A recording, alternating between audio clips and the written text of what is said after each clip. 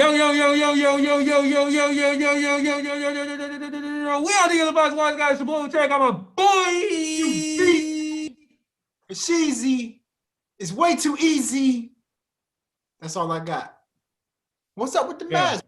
Over here looking Hey, like a foot soldier. I'm allergic to clowns. Okay, keep me away from the circus. Who is That's all I in ask. who is in your apartment that is a clown? Because you ain't talking to me. Hey, bruh. Listen, anybody who thinks the opposite of me is a clown, it's like, nah, I'm joking. Oh, Anyway, Kyrie Irving. Kyrie Irving. This is the Ill-Advised Wise Guys podcast. Thank you guys for joining. If you guys heard my voice muffled, that's because I have a mask on. Like I said, this is the way that I get in my vibe. You feel me? And can you wear mask on indoors? Is that something that we should be doing, or is it only when you go outside? In DC, yeah. DC actually tells you gotta wear your mask all the time. You gotta No. I'm talking about in your house. Oh, in your house? Hell no. I don't wear no damn. Why? Bro, there could be like COVID, but there could be like COVID sneaking up in like the corner of the bathroom, right? No? Huh? That's COVID don't come out of the toilet? No? That's not COVID. That's germs. Yeah, COVID. Because your dirty ass didn't want to clean. Nah, hell no. Dirt bag. Hey, chill out, man. Don't insult my cleaning habits, which are great, by the way. This is episode 89. 89. Is it 89 or 90? Damn. I don't know. We'll figure it out. I guess you guys will figure it out when we drop this episode. Shout out to everybody out there that tunes in. We got a lot of new listeners. And if this, if you didn't make it to this episode from our previous ones because you think we're stupid and you think we say a lot of crazy shit, so you're off of our podcast, listen, blessings. But this is episode 89. Those of you guys tuning in on YouTube, make sure you subscribe. Smash the like button. Hit a comment, share the video, do whatever you need to do. Everybody else listening on podcast apps, if you will, Spotify, Apple Podcasts, so on and so forth, subscribe as well, man. Leave us a review. We really appreciate that. We buzzing. Slowly but surely, the COVID has slowed things down. We were supposed to hit your city. We can't hit your city right now, but in the meantime, you can see our beautiful faces and you can hear our beautiful voices on all of the major streaming services. So go ahead. Thank you. We really appreciate the support, and we're not going to stop what we're doing until one of us eats poison. What the freak? Well, that's why I got a mask on, so that won't happen to me. So listen, anyway, we got a lot of topics to get into, man. I think you guys are going to really like the topics we get into. But I want to jump right into this if you don't mind, Q, because we got a lot to discuss. I think so. Got a lot to discuss. Let's jump right in. So our guy, everybody's new guy, Jack Harlow, dropped a new album called That's What They All Say. And before you start, before you go any further, let's do what we do. Let's grade the title. Let's grade the album cover. I give that title about a C to a D. Matter of fact, you know what? I have a major pet peeve with the album title. He did not put an apostrophe in the S. Do you see that? It just says that's what they all say, when it should be that's with an apostrophe, because that is what they all say. Oh, okay, English major. Nobody cares about that except for you. However, if I'm just grading the title, it's a little average. I'm with you on that. Like it's about a C. It's about a C. Like it just strikes me as like this adolescent phrase. Like who the fuck says that anymore? Who says that? Like I feel like we said that when we was in high school and shit. Hey, man, that's what they all say. Like nobody talks like that anymore, right? Is that trying to insinuate that he's cool? Like that's what they all say, that I'm cocky. That's what they all say, that I'm the coolest person on the planet. Like, what is he trying to say in that title? You tell me. I'm not hip to what the Generation Zers are talking about. Like, enlighten us, please. Well, if you guys have insight out there, because I need to be enlightened as well, drop a comment on social media, drop a comment wherever you're listening to this, and let us know what the hell that title is all about. Going on to the actual album cover, though, this is what stirred up a lot of controversy, didn't it? Jack Harlow is sitting in the back of what looks like a very expensive whip. You feel me? It's a very expensive car. He's signing autographs for a bunch of black kids, and he has a voluptuous woman. White kid there. And there's like one white kid. White kid named Hunter that was there. There was a whole bunch of Jalen's and wait, Hunter. There was Hunter's. Hunter or Cooper? Which one? There was a Cooper. Yeah, I think that white kid's name was Cooper, bro. Like for real. Cooper Cup. Weird name, but anyway, long story short. But yeah, he was sitting next to a voluptuous woman with her leg on him. She looked like a black woman. If I'm just going based off her leg, a lot of people had some issues with that. Personally, I thought it was a cool cover. I see what people are getting at. I see the appropriation, it seems, onto what the imagery of that title looks like. I get it, guys. I get it. And I'm actually with the uproar. But to me, it just was a cool cover. What do you think about the cover, man? What do you think? Did it rub you the wrong way? To be quite honest with you, I thought it was a pretty cool cover. I thought it was a high quality cover. The cover was in 4K. I appreciate that. I just thought it was cool. I mean, but I see what the uproar is about. It's like this dude is openly admitting that he likes black women, that, his audience and people that care about him happen to be black people also. And he happens to be a white person. So I can see, I mean, I don't understand why there's a problem there, but I can see why that would make people uncomfortable. But for me, I thought it was a pretty cool cover. I thought it was more so he was acknowledging both races, that he's a dude that cares about both races. But hey, whatever. I don't know. Who knows, man? This is our mature take. This is the mature opinion about it. And I'm gonna keep it at that. So let's jump right into the music though, because we got another conversation we want to bring up right after the review of this project. But like I said, Jack Harlow, he dropped his new, I would suppose this is his debut.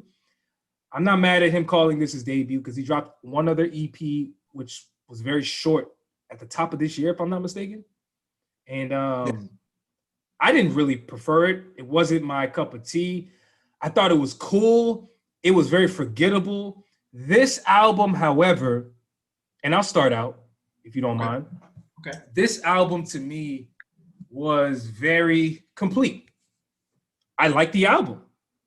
I enjoyed the album. It was an easy listen.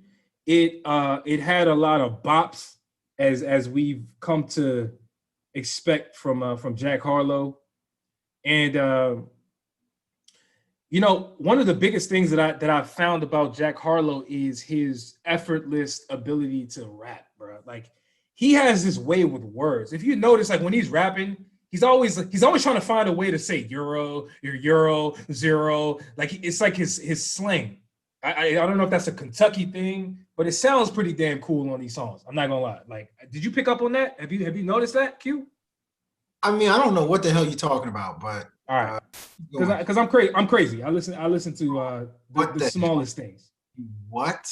But euros, zeros, Furos, Macalero. He's always trying to say euro. It's like something that ends it. He got a song called Tyler Hero. Like, the whole song, he's literally the end of the line is euro. Just go back and listen. That's all I ask.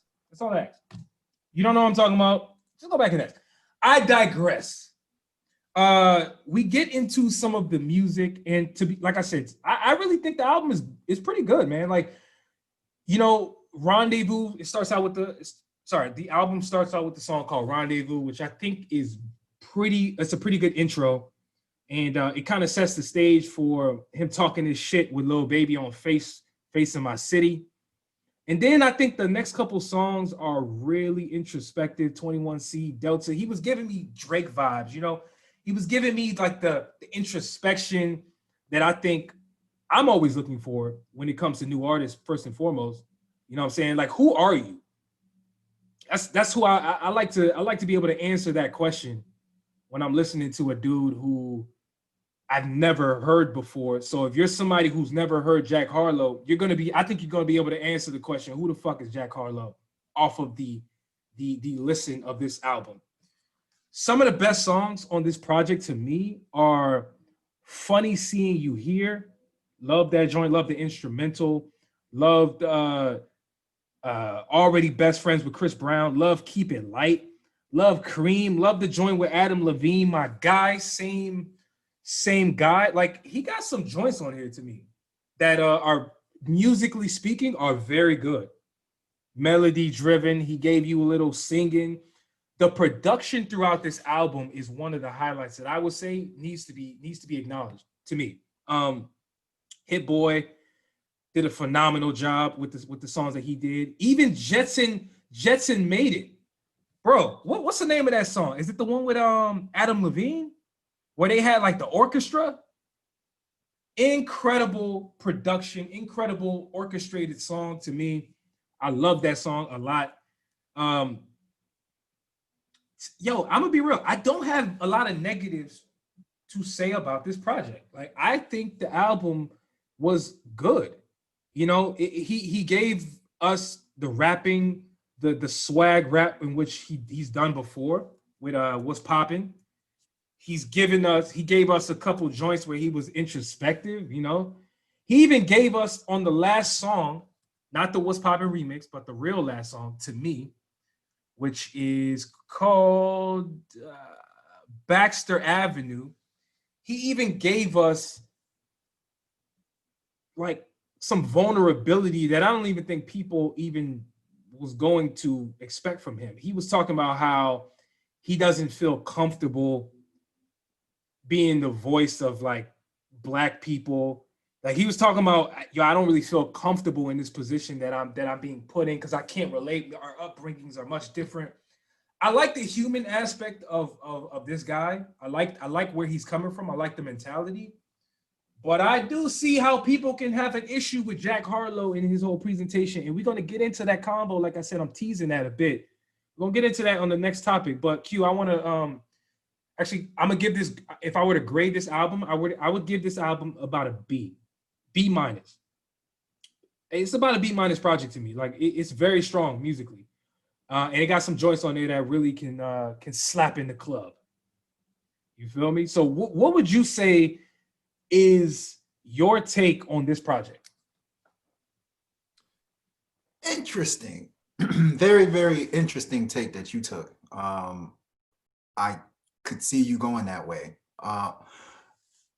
You know, can we rewind? Can we go back into the ill-advised wise guy's vault just so I can hit you with a I told you so? Remember when he dropped What's Poppin'? And I came on the show and I said, What's Poppin' is one of the best hip hop songs I've heard. The performance that Jack Harlow puts up on What's Poppin' is phenomenal. And I was crowning this guy. I said, this guy is one of the best rappers I've heard that is that age, which at the time was probably like 2021. And it was like, yeah, you know, he's good, but, you know, he didn't really blow me away. Couple months later to a year later, nominated for a Grammy, guys. What's Poppin'? I know how much we want to denounce Grammys. It's nominated for a Grammy. That's ironic. Is that ironic or is that a coincidence? Is that coincidence for music? Is that Quincy understanding how good this guy was when he first heard that What's Poppin' song, which is now probably, if you ask me, probably the biggest rap song this year. Probably. I want to, before you, just like you, to stroke your own ego. I'm not mad at you for doing that. However, yeah, let the record show, if you guys go back and listen, you said he was rapping like Jesus. Verbatim. That is what you said. It's with swag. All Bro. types of Jesus with gold teeth. As you all can imagine, if somebody's saying somebody's rapping like Jesus, my antennas are up and I'm expecting some extraordinary performance, which by the way, he did his thing on What's Poppin'. I love What's Poppin'. He did his thing. I simply said, yo, okay, that's one song. That shit is dope. But like, let's hear what else he got. Let's hear what else he can do. And his EP wasn't that good. But his EP was not that good. That's all I said. See, this goes with my whole presentation, my brother. You got to sit back, relax, put the mask on, sip on your drinky drink. This goes with the whole presentation. Thank you. All right. So pretty much my point being is that What's Poppin', you can tell that this guy he wants to be great. Like, I understand, like, people are going to say, oh, but doesn't everybody that wants to be a rapper want to be great? That's not always the case. Some people just rap and they they do what they think feels right, or some people just rap and they do what they think is going to be a hit. Jack Harlow comes across as somebody that wants to be great. And so coming into this album, I said to myself, all right, how is Jack Harlow going to decipher himself from all of the other pretty solid to great rappers that are out right now? And first thing I heard when I put the album on was Rendezvous. Rendezvous, which is a Hit Boy produced song. Shout out to Hit Boy, Snafu Records. Shout out to them. But Rendezvous is a Hit Boy produced song that I believe Jack Harlow puts up a phenomenal rap performance on. On it, you know, he talks about his come up and his journey to success and pretty much, you know, bragging a little bit, but then also letting people know how hard he works and let them know that what a lot of people don't know, he's actually been rapping since 2011. He's actually been doing this for a while. He's been putting the grind in. So he kind of lets people know that. Once I heard Rendezvous, I was like, man, I'm blown away. Like, this guy really wants to be great. And then when you go down the line in the album, you stumble across like hits like Face of My City, kind of like what you mentioned, Way Out with Big Sean, where it's just like he has his what do you call it? He has his ears to the streets. He knows exactly what we want to hear. And he shows that on Face of My City. He shows that on Way Out. What really impressed me with Jack Harlow on this album is that he actually stepped outside of his comfort zone musically on a couple of songs. Like, as far as I'm concerned, like, just my biggest takeaway from the whole album is that Jack Harlow wants to be great. He raps like somebody that wants to be great. He studies the game. You can tell, it's obvious based off the type of music that is on the album. And then also he has this, he doesn't change who he is. That to me is the most impressive thing. Like, he is consistently the same person, which impresses me a lot. Like, for instance, on What's Poppin' remix, he sounds the same dude. You know, Tyler Hero sounds like the same dude. Creme, I believe it's called, sounds like the same dude. Same guy sounds like the same dude. He consistently sounds like the same dude. And in this world that we're living in, where it's important to be an authentic figure in hip hop, he's as authentic as it gets, in my opinion. And so when you combine his willingness to let people know that he wants to be great with the authenticity he shows as a person and as an artist, I just see big things for this dude, man. And this was the first step. This is the first step. Yeah, I mean, I'm just about with you on damn near everything you say. Like, I think he's a really good artist, you know. And like you said, my biggest thing, and you talked about it a bit. My biggest thing was his versatility musically that he showed on this, right? And I talked about this. He was that versatile. Like, yeah, I talked like about. Funny Seeing You Here, that song. Already Best Friends with Chris Brown, Keep It Light, Kareem, the joint with Adam Levine. You know, like, that stretch in the middle of the project to me kind of opened it up for me, where it went from me saying the project was good to it being on a different another tier. Like I'm like, okay, like I see this guy doing more than what is expected of him just on the surface. So I'm not gonna call him great. I'm not gonna say he's the next greatest artist. But what I will say is Jack Harlow did enough on this project where the antennas should be up. If the antennas are not up, you just not paying attention to what you're hearing, because he's definitely doing. He definitely did a really good job on this project. I'm gonna give him that. I'm gonna go out on a limb. I'm gonna go out on a limb. I know people are gonna call me crazy. That's fine. I've been called crazy a lot. Jack Harlow at 22, 21, 20 is probably the best rapper, just straight up rapper of all the mainstream rappers that are out at that age. Like at 22 years old, name your favorite mainstream rapper that's 21, 22, 20 that's better than him at rapping. Well, you tell me. You tell me. I don't know dude's age. We can throw names out if you want to. We got Lil Mosey.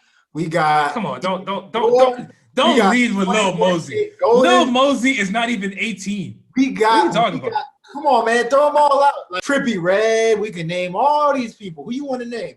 Like, to me, at that age range, 20, 21, 22, Jack Harlow is the best rapper, lyrically, mainstream rapper, lyrically, all that stuff. Name me one better that's mainstream. Name me one. Well, I don't know dudes' ages. So if you're talking about mainstream, if that's your parameter, mainstream meaning they make pop music, is that what you're getting at? Like, what does mainstream mean to you? You mean somebody who just blew up, somebody who's on? Mainstream means somebody that people know, like somebody that's actually getting, a lot of radio play. I mean, like NBA Youngboy. NBA Youngboy's 21. Who else? Trippie Redd, like I mentioned. I'm going Corday. I'm going Corday easily. I'm going Corday easily, actually. Corday? Are you sure? You sure?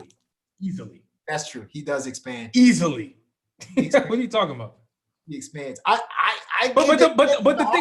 My biggest thing is like so I don't know these dudes' ages, so I can't even really answer that question. Like I just don't know. Like I don't know how old some of these dudes are. If you're talking about mainstream 21-year-olds, that's a very narrow line. If I had a list right now, I'm pretty sure I could name you guys who are better rappers than him. But I don't know dudes' ages. I don't know. Okay. I'm saying. But no, he can rap though. Don't get it twisted. He can rap. So I get why you're saying that. I understand the point. I just think that, which this kind of goes into the grand scheme of things. I just think that people are afraid to admit that this dude is a good rapper. Like people are hesitant.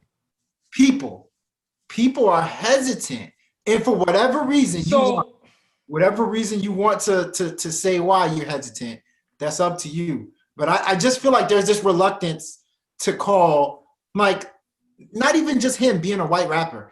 There's this reluctance to call a white rapper good or somebody that you support or somebody that you like. There's this reluctance to say this female rapper is somebody that's good, somebody that you support.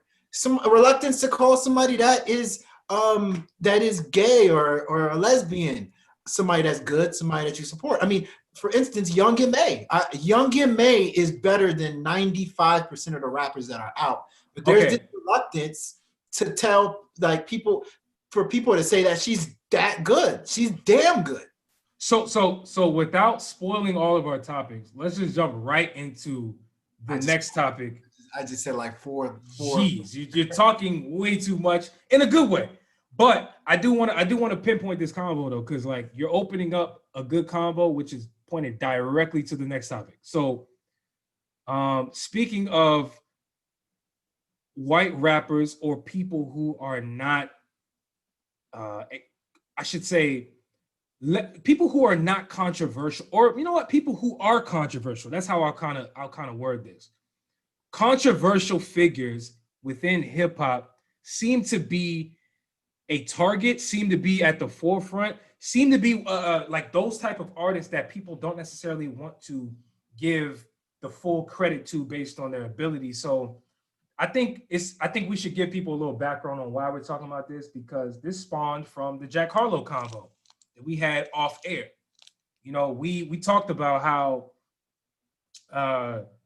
since Jack Harlow is a white guy, you know, since Jack Harlow is a dude from Kentucky, right? Since Jack Harlow is a guy who seems to have this black swag to him, how are we able to identify with a guy, a guy like that? Is that something that we should readily accept? Should we have a problem with it? Should we not care at all? Like, what is it that people feel? Why are people hesitant to acknowledge certain dudes? And I think that's a perfect segue for you, who was just talking about that, to pick back up on that. So I want you to like tell me why you think people have an issue crowning a Jack Harlow. I mean, it's one of those things where I just feel like, you know, you want to crown somebody that looks like you. Like, for me, like I'm always cognizant of what people that look like me, people that are in my age range, people that are my height, people that eat what I eat, people that are from the same city that I'm from, you know, like I'm probably going to crown them the most because I feel like I'm related, like they're relatable to me. I think that a lot of times us as fans, we have an issue with crowning people that we're not relatable to. You know, like obviously Jack Harlow doesn't look like me. He doesn't look like you. I mean, you and Jack Harlow have similar hair, like y'all both have curly hair. But he don't look like us, you know what I mean? So but at the same time, like as a fan of rap, like I understand a good rapper when I see one, you know, and for me, he's a really good rapper, even though like he probably doesn't, you know, fit the mold that or he probably didn't grow up seeing what I saw. I think there's an issue people have with that. And so I don't know what you think about that.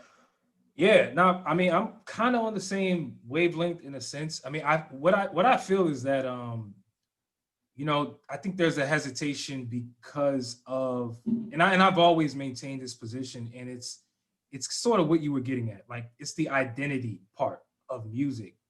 It's when you don't identify with someone's life, when you can't really see yourself in that, you don't see yourself living the type of life that they had, growing up in the type of environments that they had, whatever the case is, it's hard for people to accept. You know, it's no different than why a lot of people have a problem with, and they're probably in the minority at this point. A lot of people have a problem with Post Malone. But remember back in the day, and this is not that long ago, but Post Malone was parading around saying, I don't want to be called a rapper. Don't call me a rapper. You know, I'm not a rapper. I do much more. When in all actuality, what made Post Malone blow up, from the White Iversons to the Too Youngs to all of his early songs, was taken musically directly from hip hop. So it's like almost like a slap in the face. How dare you shit on the community that you are clearly influenced by? And I think that's the type of things that rub people the wrong way, right? We've seen enough of these type of scenarios that make people very hesitant when it comes to seeing a white person take from Black culture, right? And try to make it organic. So I think that's the hesitancy, if you ask me, is people are just apprehensive. You know what I'm saying? Going back to Jack Harlow, I don't have a problem with Jack Harlow at all, because when I look at him, when I listen to his music, I see a guy that knows he's white. I see a guy that doesn't try to parade around acting as if he's Black. I see a guy that maybe even knows a lot of people who are Black, and he just came up in that culture. You know, a lot of the conversation we're having right now, I think people probably need to have more, right? It takes like a very nuanced approach to look at this and say, but what about how he grew up? What if he only liked Black girls? What if his neighborhood was Black? Well, like, these are things that like nobody really takes in consideration. We just only see the surface. Oh, here's a white guy who's rapping and who clearly likes Black girls and who clearly raps like and has the swag of like a Black dude, right? A lot of people have issues with that, and I get it. I just think that some people need to be a little bit more patient and really vet these people individually. I don't think it's like a one size shoe fits all, right? Type of situation when it comes to white people making black people music. You know what I'm saying? Like Yeah. some people have a problem with Russ. Some people have a problem. Like there's people have a problem with everything. I look at the authenticity. When I look at the dude and when I hear his music, is he parading around acting like he's something he's not from an identity standpoint? That's what I'll be paying attention to. And I don't know what everybody else pays attention to, but that's what I'll be looking at. I mean, it's funny because in this world that we live in, it's a lot of our decisions and a lot of the people that we cling on to is people that are too good that you can't deny them. Like, you know what people always talk about, like true NBA fans, like older NBA fans in particular, when they talk about Larry Bird, they're like, Larry Bird was a white dude from French Lick, Indiana, but like a white dude that was a bad brother, right? They like, he'll drop 50 on you, like he was the real deal. And it's very similar to like Luka Doncic, right? Where Luka Doncic right now is an MVP candidate in the NBA. He's a white dude, but that's a bad brother, man. Like at the end of the day, you got to give him his respect where it's due. I feel like Jack Harlow is equivalent to that. I could be wrong. You know, Jack Harlow can F around and be Bubba Sparks 2.0. I don't know. I could be very wrong. But from what I see, like I can tell that he's a student of the game, which is the most important thing when you want to like somebody. Is that person a student of the game? Is that person respectful of the game? Does that person move the culture forward? Does he move the hip hop culture in general forward? Does he do that? And to me, he does all that. You know, like he is making hip hop better. But then when you have people like my favorite target, Logic isn't making hip hop better to me. Logic is copying. Logic is bringing out the bad in hip hop. Jack Harlow to me is actually creating new waves in hip hop. And to me, I just feel like you got to acknowledge that. You got to appreciate that, you know? I want to, now I feel you. I want to say this though, because I don't think this gets said enough. You know, we don't, I think a lot of this conversation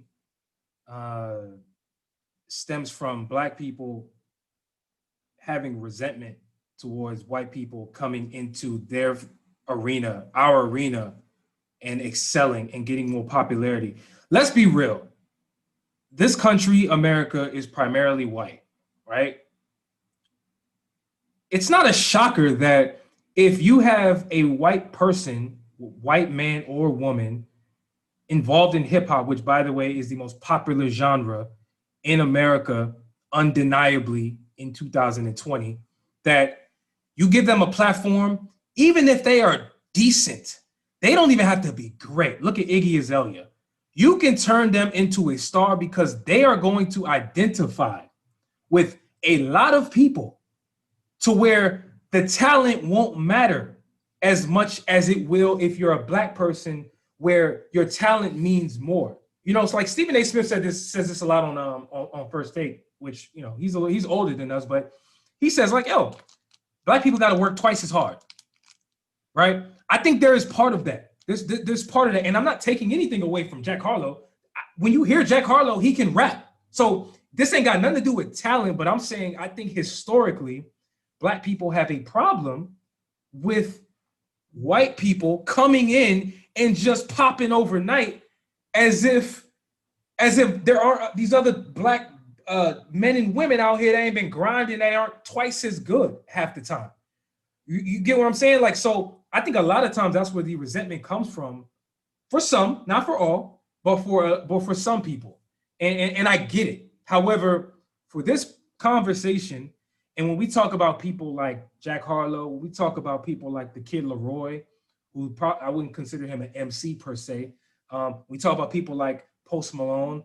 The list goes on of white people in, whether you're directly in hip hop or loosely pulling from hip hop, they are talented to the point where it's like undeniable. I gotta give it up to your talent as a musician, your talent as a singer.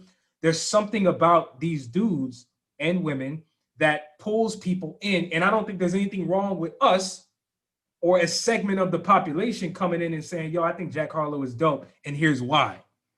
You know what I'm saying? Like, we all just got to figure out what it is that makes us, which gives us a problem, you know. And like I said, I don't have a problem with Jack Harlow, nor do I have a problem with anybody white that I think is talented.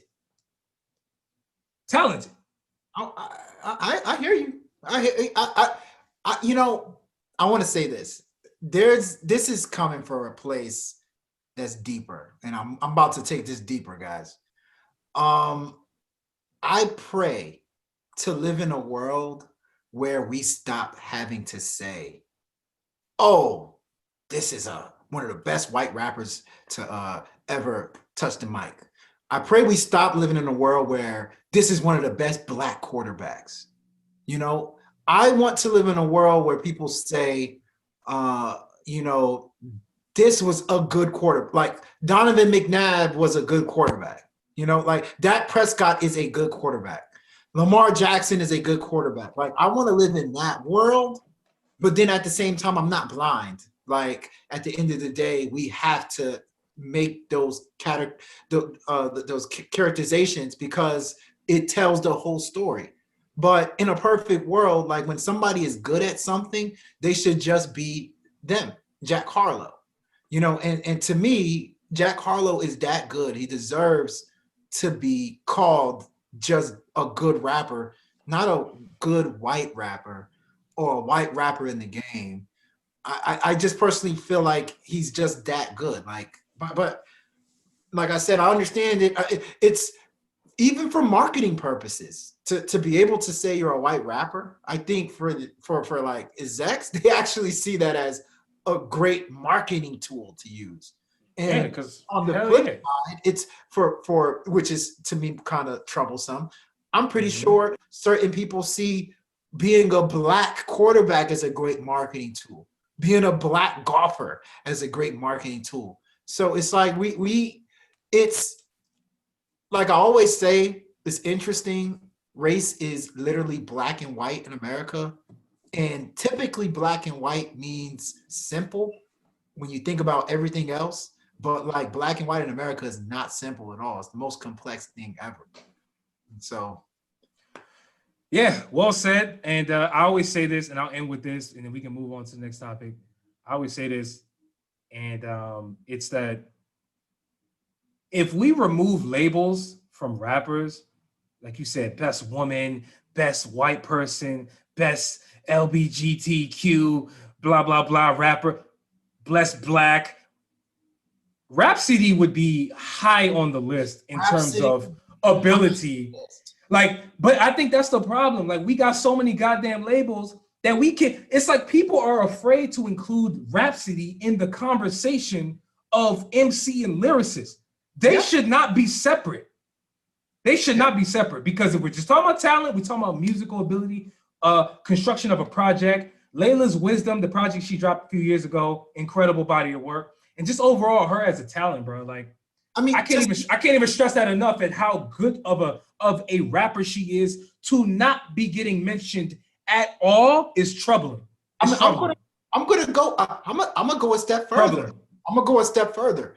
How many people they ask you to say, who are your top 10 rappers of all time? How many people have a woman in that top 10? How many? Bro, nobody has ever mentioned a woman unless you're a woman. How many has ever mentioned a woman as one of the best rappers of all time? If you ask me, Nicki Minaj's resume is just as impressive as a bunch of people's resume. Like, when you actually talk about the accomplishments that Nicki Minaj has been able to do, it stands up there with Drake. It stands up. I'm not saying she's better than Drake. I'm not saying no. I understand everything you're saying. Stands up there.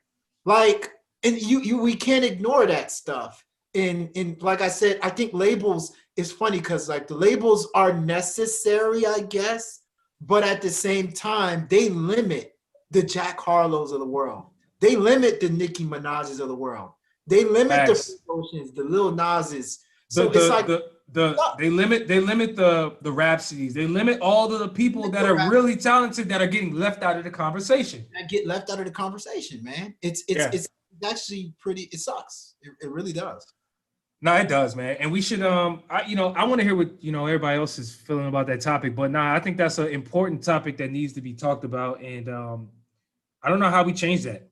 I don't know how we change that for real. Because unfortunately, labels seem to be a part of how human brains work. I'm hoping like the next generations of people can like completely dispel all of that bullshit, because they're limiting our progress when we put labels on. We're just talking about music. If we were to extend this shit to the real world, not music, we would open up a whole nother can of worms of a combo. But labels are really killing us. I think we got to get out of that shit. Labels are killing us. Anyway, man, let's jump into the next one, man. The next topic. Let's talk about the next one. Rappers getting arrested. So bro. Next, no. Kid Cudi, man. Oh shoot, Kid Cudi. My bad. How forget about my man Kid Cudi? Oh my god. Kid Cudi dropped Man on the Moon 3, which is his threequel. Which, by the way, I made a major mistake the other day. I called Man on the Moon 3 a sequel. A sequel is only the second part of a series. So, for instance, Teenage Mutant Ninja Turtles Part 2 would be called a sequel. Teenage Mutant Ninja Turtles Part 3 would be called a threequel. So, Man on the Moon 3 is a threequel. But anyway, he dropped Part 3 of Man on the Moon, a couple of days ago. What do you think of it? All right, I will say what? You want me to go first on this? Because I've been told I look like Kid Cudi. I've been told I look like the Kid Cudi / Michael B. Jordan / anybody else y'all think is sexy. What? Anyway, no, you know what? Since you have an affinity for our guy Kid Cudi, I'm gonna let you do the honors and go last. You can have the last word on him. So I'm gonna say what I gotta say, and I'm gonna get out the way. That's what's gonna happen. If you say so. Anyway, highlighter boy. You talking about my shirt? Yeah. Highlighter. It's cool though. I like it. Yeah, man. Stop hating. The people appreciate it, but no, my man Kid Cudi, the chosen one, the man, the myth, the moon man, whatever the hell other monikers he goes by, Mr. Rager. I mean, the man has so many, and his name is Scott Muscudi. That's one of the coolest and most interesting names I've ever seen. The Muscudi part. Muscudi? It makes zero sense, but clearly that's where he got Cudi from. He dropped his threequel, like you said, and I think it's amazing that he even blessed us with another body of work stringing to this classic series. Because I'm gonna be real with you, Man on the Moon Part 1, incredible. Man on the Moon Part 2, it was just below incredible. I think Man on the Moon 1 was better than Man on the Moon 2. That's my opinion. How does Man on the Moon? Not a stretch at all. That is not a stretch. I don't think so. A lot of people love Man on the Moon 2. Classic. That's Man on the Moon 2 was nowhere near the level. Man on the Moon 2 is very heavily regarded. I'm not saying it's better than Man on the Moon. That's my point. Man on the Moon 2 is good.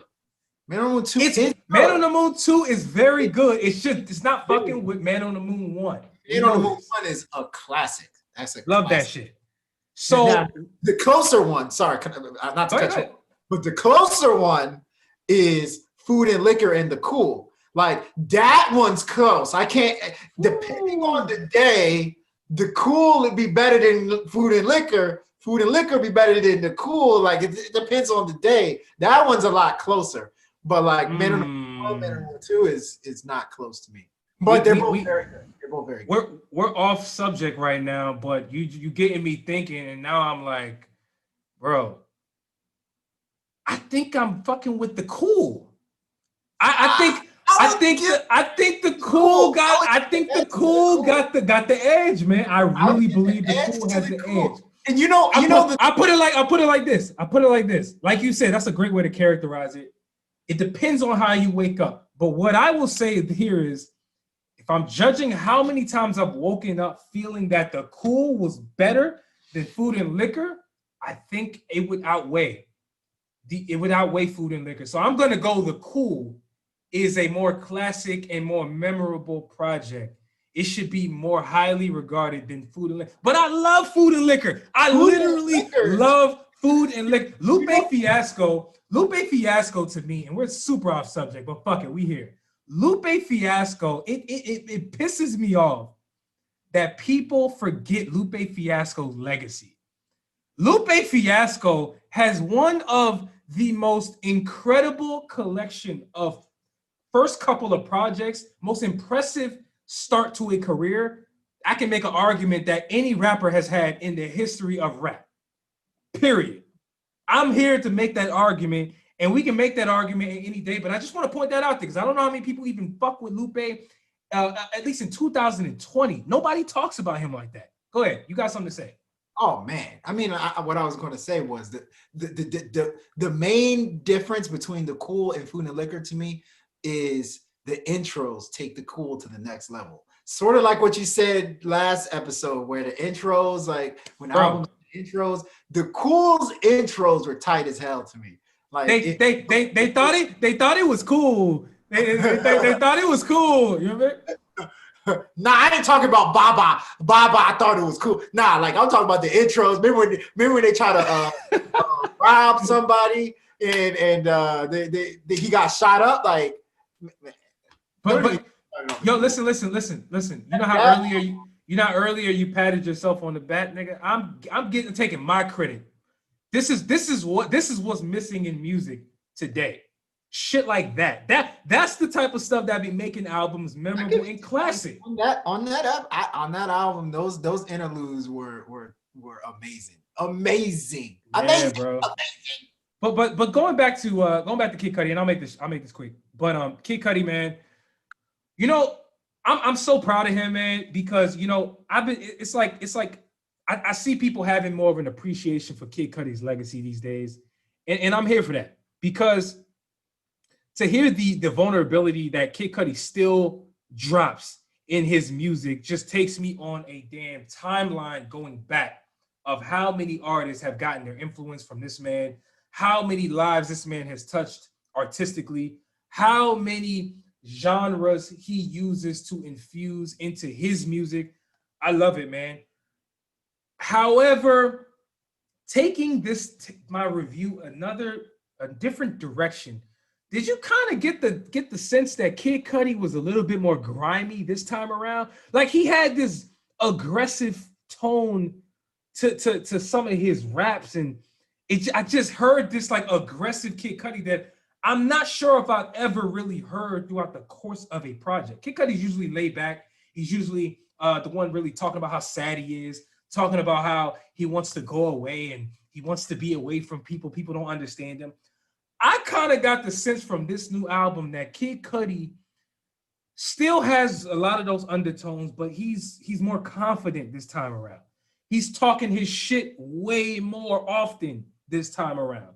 And I kind of like that Kid Cudi. I'm gonna be real. I like that Kid Cudi. I like the approach he took with this album. Of course, speaking of Man in the Moon 2, like I said before, Mr. Rager was one of my favorite songs. He sprinkled in a lot of different little production, little samples from Man on the Moon 2. I don't know if you guys peeped. He sprinkled a lot of those throughout this project that if you're somebody who's been familiar with Kid Cudi, you're gonna feel that, and it's gonna make you reminisce and maybe want to go back and listen to his old stuff. So without being too long-winded, I'm gonna get into some songs that I really, really love. Tequila Shots, the second song on the project. Dope. To me, I heard the album once through. I don't even know why that song is called Tequila Shots. The stuff he was talking about had nothing to do with tequila shots. And maybe that was the point. I don't know. Maybe I need to go back and listen again, but I didn't get why it was called Tequila Shots. However, I really like that song. Another Day, I liked it. She Knows This. The song called Sad People, dope. I wasn't really feeling the song with Pop Smoke and Skepta. Eh, yeah, like it kind of hurt me to really even come in here and say that because it's like, damn, Kid Cudi, why are you reaching for sounds? Kid Cudi he doesn't need to reach for sounds. Like he has his own unique flavor and spin to music that I didn't really need to hear him try to be like these young kids and really try to catch a wave. It really felt that way with that song. And also just some of the songs towards the end of this project, I felt like Cudi was kind of reaching a bit production wise and just flow wise. You know, he tried to kind of get with the new school, and I get it. He wants to be modern and with the times. Overall, I think the project is pretty good. It's pretty good. It has a lot of replay value. And I'm going to let Kid Cudi Part 2 really do a deep dive on what this project is all about, because I know you got a lot to say about this, in addition to you feeling like you're Kid Cudi's long lost brother. But go ahead. That wasn't me, brother, that said that. That like I had an ex in college that said, me and my friends watched Day and Night, and we literally were like, that's you on the TV screen. Like we got chills. And I was like, I guess I look like Kid Cudi. You have embodied the persona. Go ahead for the review, man. But anyway, it's funny. We talked about Lupe Fiasco, right? Yeah. And Lupe Fiasco dropped Food and Liquor 1, or sorry, Food and Liquor, and then Lupe Fiasco dropped The Cool. After that, Lupe's career, when it comes to making albums, I hate to say it. I don't want to come on here saying stuff like that. I don't. But like at the end of the day, I think he dropped Food and Liquor 2. Nobody cared. And then he dropped a whole bunch of albums. And now I don't know what the hell Lupe Fiasco's doing. Like Lupe dropping on Spotify. Lupe Fiasco's dropping songs on Instagram. Like, Lupe, I swear on everything. Nah, that's facts. Dog, Lupe dropped a project this year, which, dog, you want to be confused?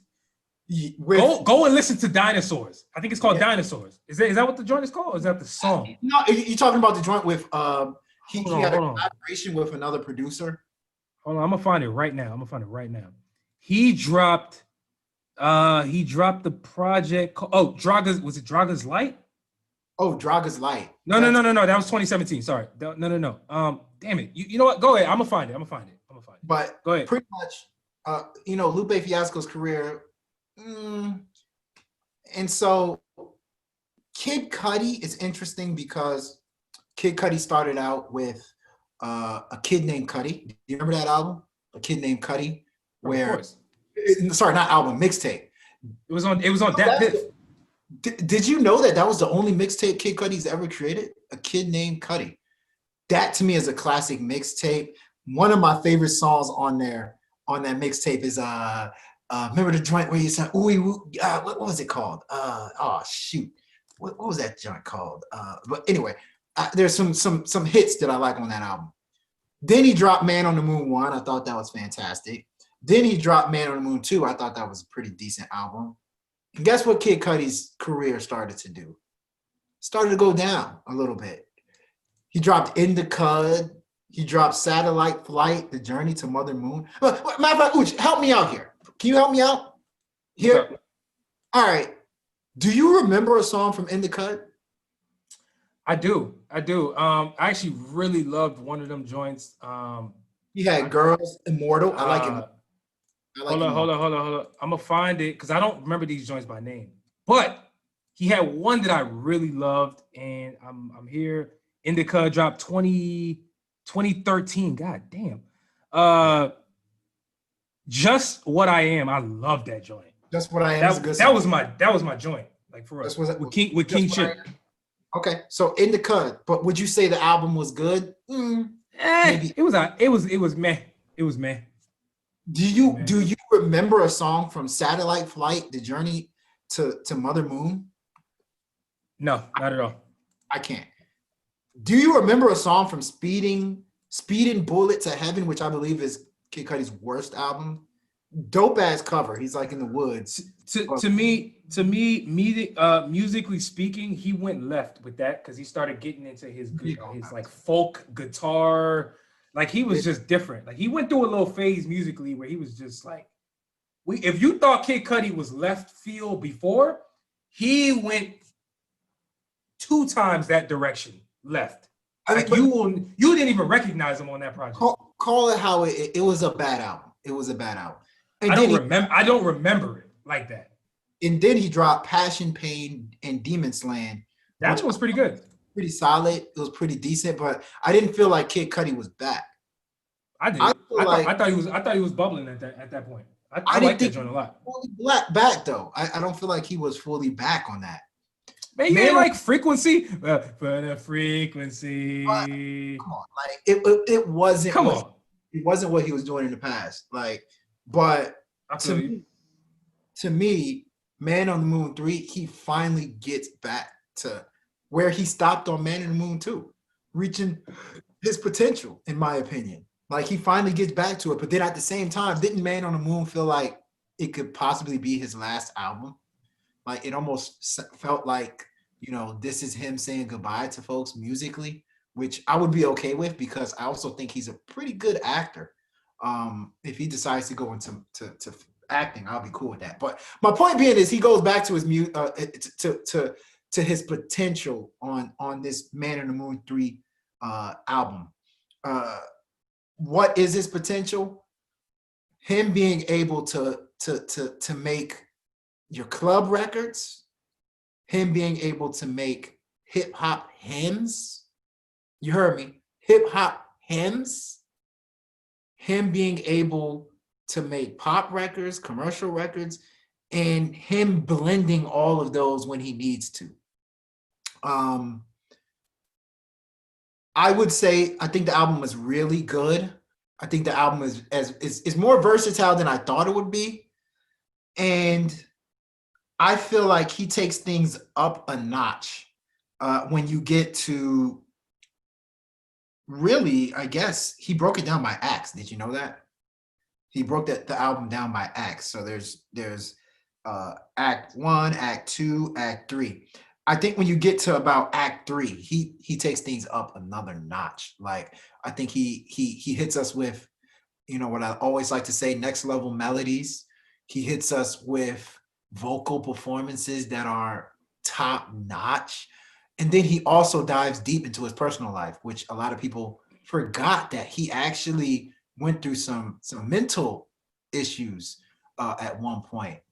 He talks about, beating his demons and just being this figure that was able to overcome depressions on a good chunk of these songs. But all in all, I feel like if somebody were to say Kid Cudi is back after listening to this album, I would co-sign that. I would say, yes, Kid Cudi is back after what I would call a bit of a disappointing album career. So I don't know how you feel about that, but that's just kind of how my big takeaway. I think, yeah, I feel you. And, ultimately, like I said, I'm always on the, I'm always here to give Kid Cudi his flowers for not only what he was doing sonically on these songs, right? Infusing all these different genres. It's to the point where, when you listen to a Kid Cudi album, it's very hard to even pinpoint the genres that, like, you don't even know what you're listening to half the time. Like you'll go back and listen to it a week later and find another instrument that you didn't hear before. You'll find another hum that he did in the background vocals that just came out of nowhere. You're like, what the hell? Like, I didn't hear that before. So at the end of the day, to me, I think Kid Cudi, man, he's been through a lot in his personal life, clearly. And by the way, I don't know if you knew, he did a TED Talk. Did you know that? Maybe. I think I did. I think I heard something about that. Bro, Kid Cudi did a TED Talk, which I saw. It came out a couple years ago, and he detailed his life. He talked about his insecurities in high school. He talked about his insecurities growing up and how he was picked on and how that made him want to be great. And he talked about all of these different things, which was dope. It it really explained a lot of why Kid Cudi is this like loner. You know, you get that vibe from him in his music, and it put things in perspective. So if anybody who's out there who listens to Kid Cudi or is confused about Kid Cudi's music, I would encourage you guys to go out there and listen to the TED Talk that he gave, man. Very insightful. He's a very funny dude too. Like you'll be very entertained by hearing Kid Cudi speak for 10 minutes. Trust me. I tell them and me after you guys listen to this show that Uche sent you. Please just tell them that. Once you tell them that, they're gonna be like, who? Word. Anyway, yeah. I do want to say something. Yeah, I do want to say something. You know, you talked about we give you your credit. We give you your credit for interludes and stuff like that. I want to say there was another thing that you said that's very important that pertains to this album. How it flowed. I think more than interludes, how an album flows is really important. And I felt like one of the best things about Man on the Moon 1 was how it flowed. It flowed very nicely, very rivetingly. This album flows very well. Even how songs transition to others, like how Kid Cudi placed each song and where he placed each song. Like for instance, Owl's Baby, the way that transitions into sad, it's like, or does it transition to sad people? I think it transitions into September 16th. Sorry, September 16th, which is one of the best songs by far on the album. How it transitions to that is very dramatic. It's emotional. That gets slept on. I think that's something that makes this album really good. I also feel like there's importance in highlighting your vocals. Like Kid Cudi, whoever put together his album, like production-wise, made sure that his vocals were the star of the show. Like for me, I highly recommend that you listen to this album through some headphones. Like, yeah, you can blast it through the car. Yeah, you can put it in the background while you clean up your house, but like listen to it through some earphones. I think it'll change your life because just the way everything is put together. Yeah, you know what? Yo, you just stumbled upon a topic that I don't want to necessarily talk about today, but maybe on a future show we could talk about like the importance of listening to certain type of music in your ears versus on a speaker. That joint changes everything. Like there's a nuanced approach. You as the listener have to know which albums are important to listen in your ears versus out loud. I'm telling you, that's a good topic. We should dive, and we should come up with some albums just to give like examples of joints that hit different in your ears versus out loud on the speaker. This is definitely one that hits different. It's almost meditative the way it hits if you put it on your headphones. Yeah, I'm always big at that because Kid Cudi to me, man. I come to Kid Cudi's music not for lyrics. I don't come to Kid Cudi's music to get any introspective. I'm sorry, not introspective. I don't come to him to hear any dope ass melody flows and double time lyrics. Him switching up his flow. No, I don't expect none of that from Kid Cudi because that's not his superpower. Kid Cudi's superpower, in my opinion, is his ability to give his soul. Like he drops his entire being on these records to where when you're done, you know exactly who Kid Cudi is and what he stands for, what he doesn't stand for. And that to me is a superpower. It puts you in a trance musically. Production is amazing. But what he does, like you said, vocally, it's almost therapeutic in a way. It really is, man. It really is. So anyhow, I think we talked about Kid Cudi enough. You guys let us know what you think about the album, but I say let's move on to the next topic, which is the trouble that rappers are getting themselves into in 2020. We've seen it all year. We've been getting reports from TMZ. We've been getting reports from Vlad TV. We've been getting reports from all over the place of these dudes either getting indicted, getting in trouble. We don't know if it's because of the pandemic. What is the reason? Q, we've seen Lil Wayne recently plead guilty to a federal gun charge, which, by the way, this is his second gun charge. I don't know why he hasn't learned his lesson, but It's the second time this has happened. So unfortunately, Wayne will be getting jail time. We just don't know how much at this point. We've seen who else? Who else? A Boogie get in trouble, right? Yo, you're on mute. Uh, we've seen A Boogie get in trouble in New Jersey. Casanova. Herbo. G Herbo get caught up. We've seen, and this didn't happen in 2020, but Kodak Black is still in jail. I think he has 2 more years left in jail. You know, like, what is it about rappers these days that's you know, that is causing them to stay in jail or to get in trouble rather? Like, what the hell is going on, man? For real. I know exactly what's going on. You know, and I know. It's Tekashi. Tekashi been snitching again. Tekashi is the first snitch in hip hop history to drop a deluxe version of snitching. He got a deluxe version of snitching, guys. He done told the cops. He done say, on the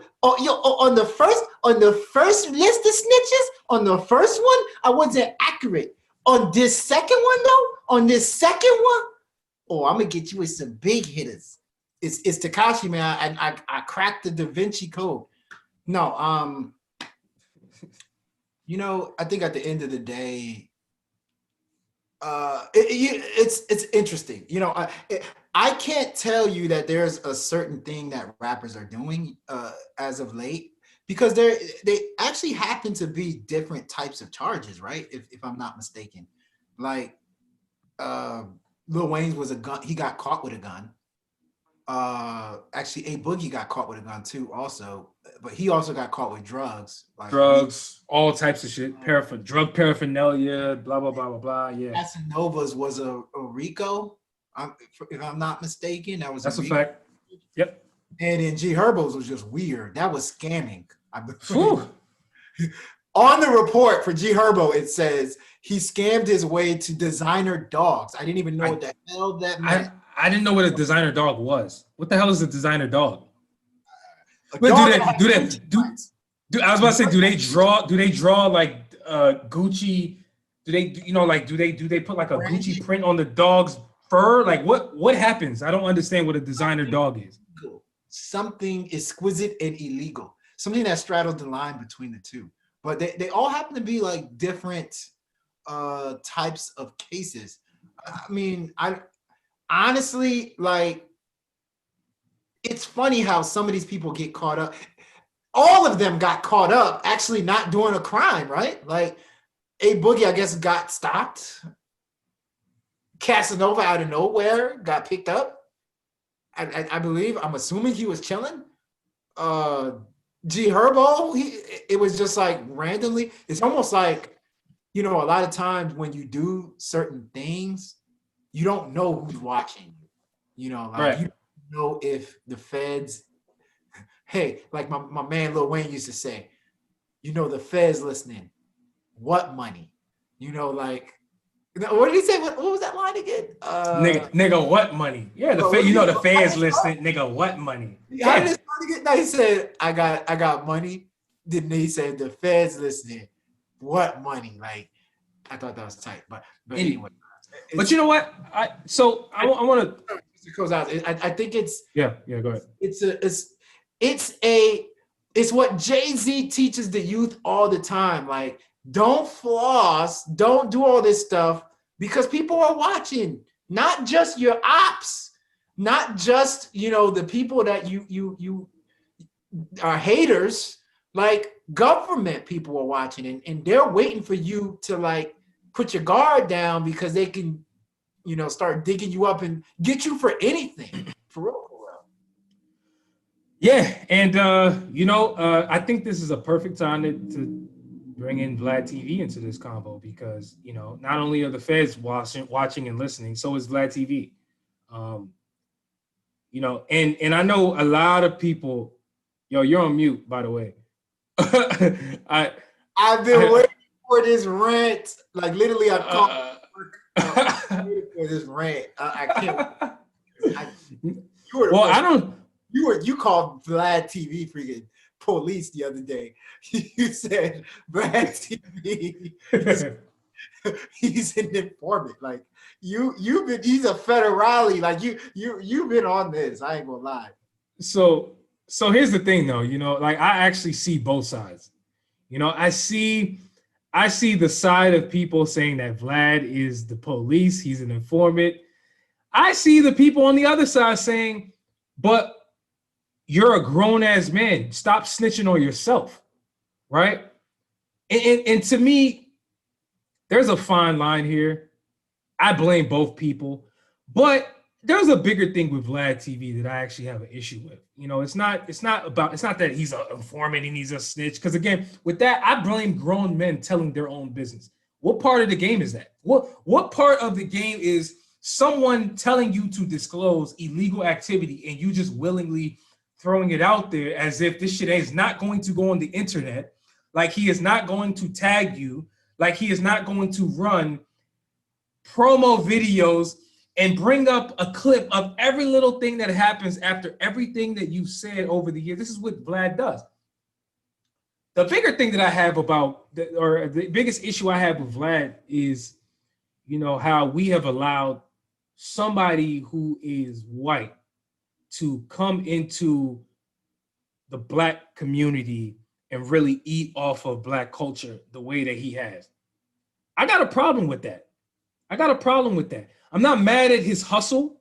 I'm not mad at anybody who does what he does. Shit, you could argue we're in the same lane.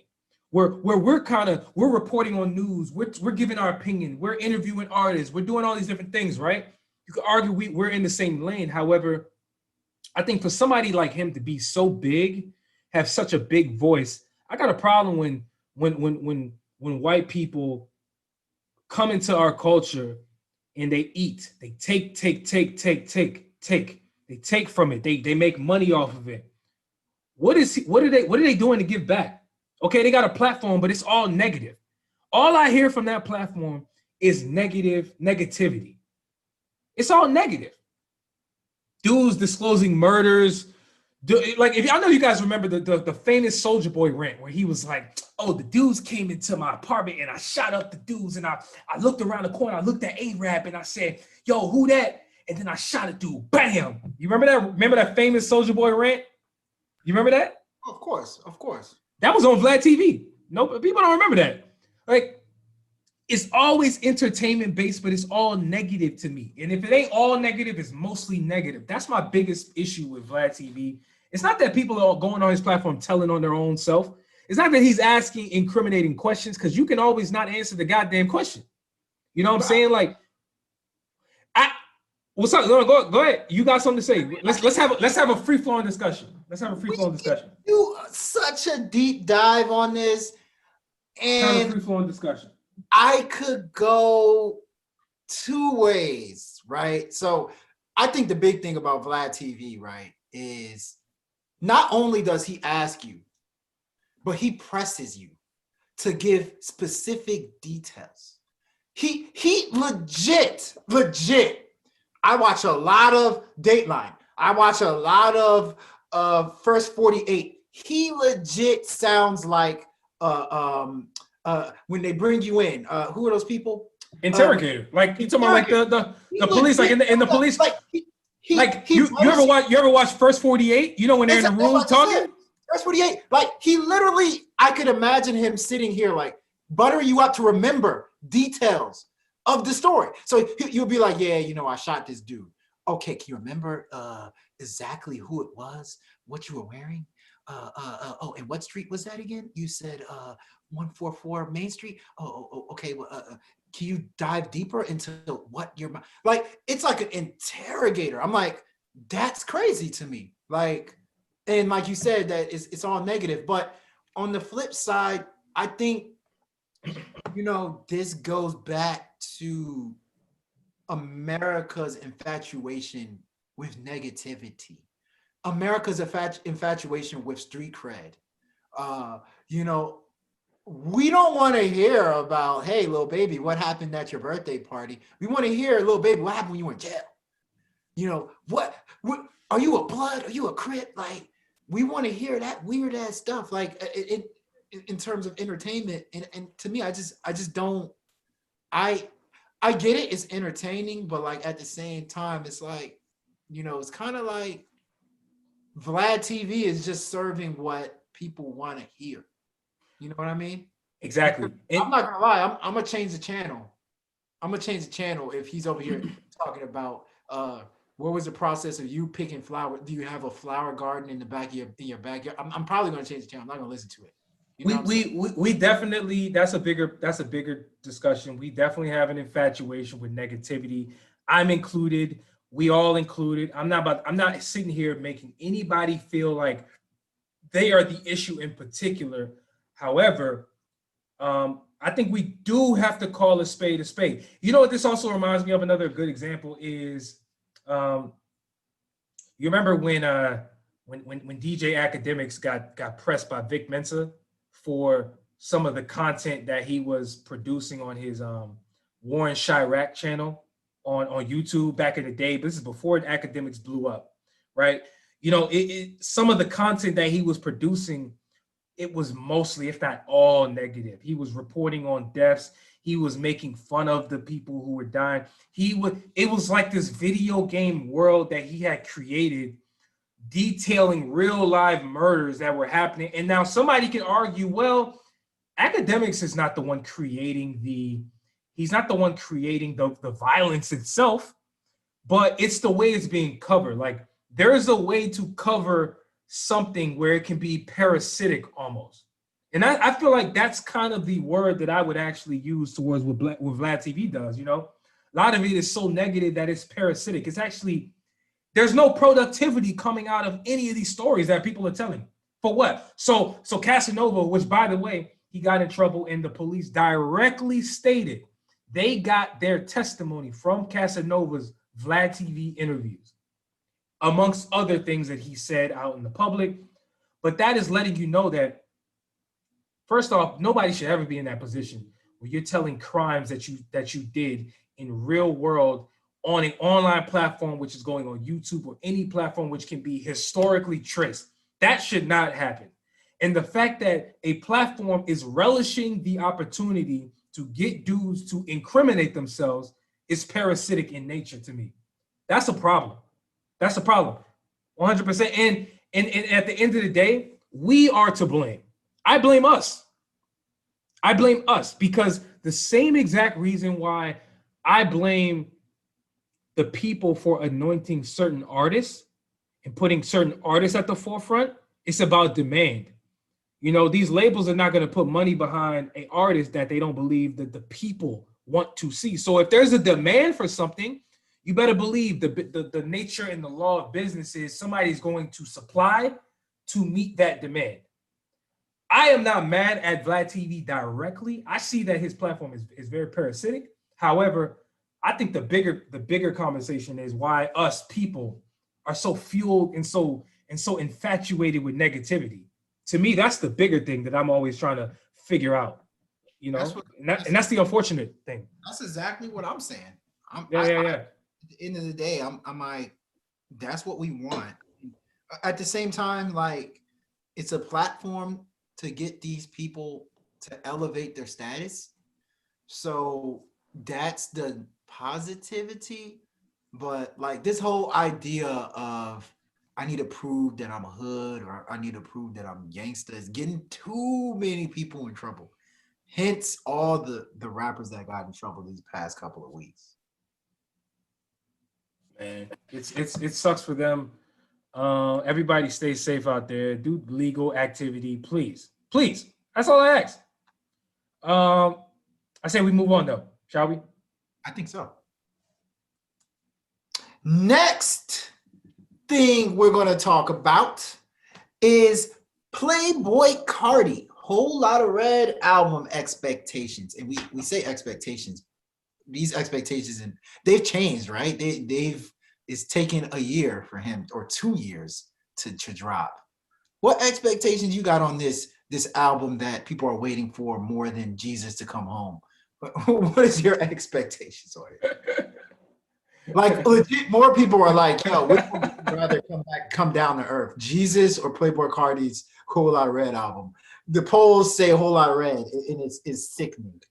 But sorry, that was my The polls. What polls are these polls being taken by demons? These polls.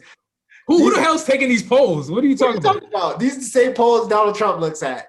Okay, got it. I've seen plenty of polls that say this. we won the election. I have 4 polls that said I won Michigan. No, bro, you lost. Shaky, very shaky polls I'm referencing. What's your expectations? You know what? I don't have much. I'll be real with you. Playboi Carti is not an artist that I go to for my musical enjoyment. I think the biggest thing for me is I'm trying to understand why and how Playboi Carti became such a big artist and somebody who's so heavily demanded. I don't quite understand how that happened. Like, did you ever see this happening when he dropped his first couple songs, probably like 3 to 4 years ago? Like, you know, like I remember the earlier songs that were hits from him, like "Woke Up Like This" with Lil Uzi Vert. I really like that joint. You know, it's dope. Like he dropped Die Lit 2018. It had a couple of joints that was really good. Which overall, over the years, I've started to understand that people really love that album, Die Lit. People really love Die Lit. It's a cult classic. It's one of those cult classics. And it's like, when I look back at it and I listen to the music, I kind of understand, you know, because I don't go to Playboi Carti, and most people don't, for lyricism. That goes without saying. But, you know, for the same reasons that people prop up Young Thug, like me, I prop up somebody like a Young Thug because I believe artistically he does things different. He does things his way. He does things in a way that's unorthodox. I think the same argument can be made about Playboi Carti. I just don't think it's that great, you know, but I see the appeal. I see why people think he's different. And so when it comes to this Whole Lotta Red album that has been teased and dragged on for months, if not up to a year, I'm not sure what to expect from a project like this. I'm not sure. I'm gonna be real with you. I'm not sure what there is to expect. Now, to be safe, and if I'm taking the safe route, of course I would expect more of the same music that I've heard him make, right? The pew, pew, the bouncy music that's like really high energy, you know, music that can kind of really get you out of your own element, music that you can mosh pit to, music that's, again, stuff that I expect the production to be very, very different and next level, because he was working with Pierre, what's the guy's name? Pierre Bourne. He was working with him on his last project, Die Lit. And, you know, the last thing I've heard about Playboi Carti was him wearing a dress on Instagram. I don't know if you saw that, but bro was looking super feminine on his Instagram post, which you should check out. But that's literally the last thing that I've heard from Playboi Carti in months. Last thing I've heard or seen from him in months. He had a baby with Iggy. That was in the news for a couple weeks. But I think there's a bigger point that I want to talk about. And you know, that's what we do at Ill-Advised Wise Guys. We take something like a Playboi Carti album expectations and turn it into a bigger point. If you, Uche, were an artist, we can call you Lil Ooch or whatever you want to be called, Baby Ooch, Notorious UCH, whatever you want to be called. If you were an artist, right, and you care about success more than making music and artistry, would you focus more on your craft, or would you focus more on antics, or would you focus more on building hype? We're talking about success. Okay, well, I think it's a rhetorical question. Nah, I can answer that. I think everybody will have a different answer though, which is the beauty of that type of question. I think if you're asking me, well, I'm very integrity based. I try not to get out of my element. I try not to do things that is not natural.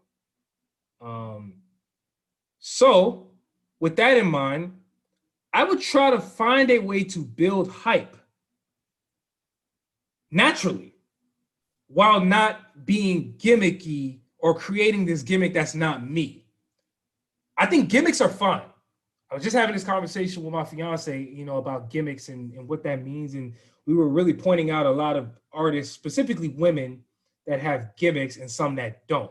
Like I for example, going off subject, I think what Melly is missing is a gimmick.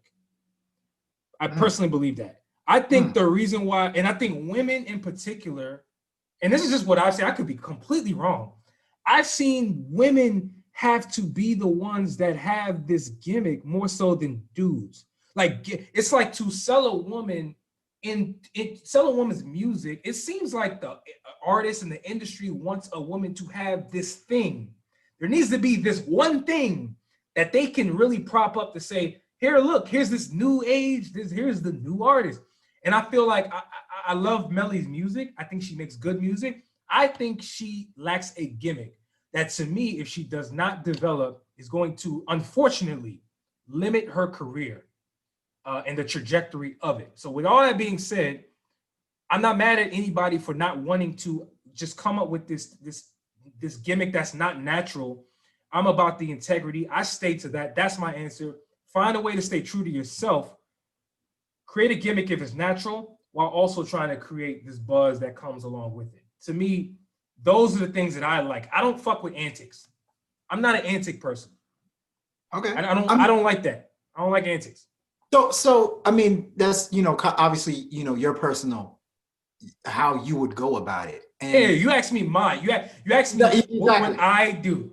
What you would do. Now, if you ask me what would I do, if the question was what would I do if I was a rapper trying to blow up today? Yes. That's a different answer. You're gonna get a different answer, my brother. Gimmicky. So pretty much you're gonna get a different answer. So my success. So what a lot of people don't realize is that hip hop has always been about antics. This is not new.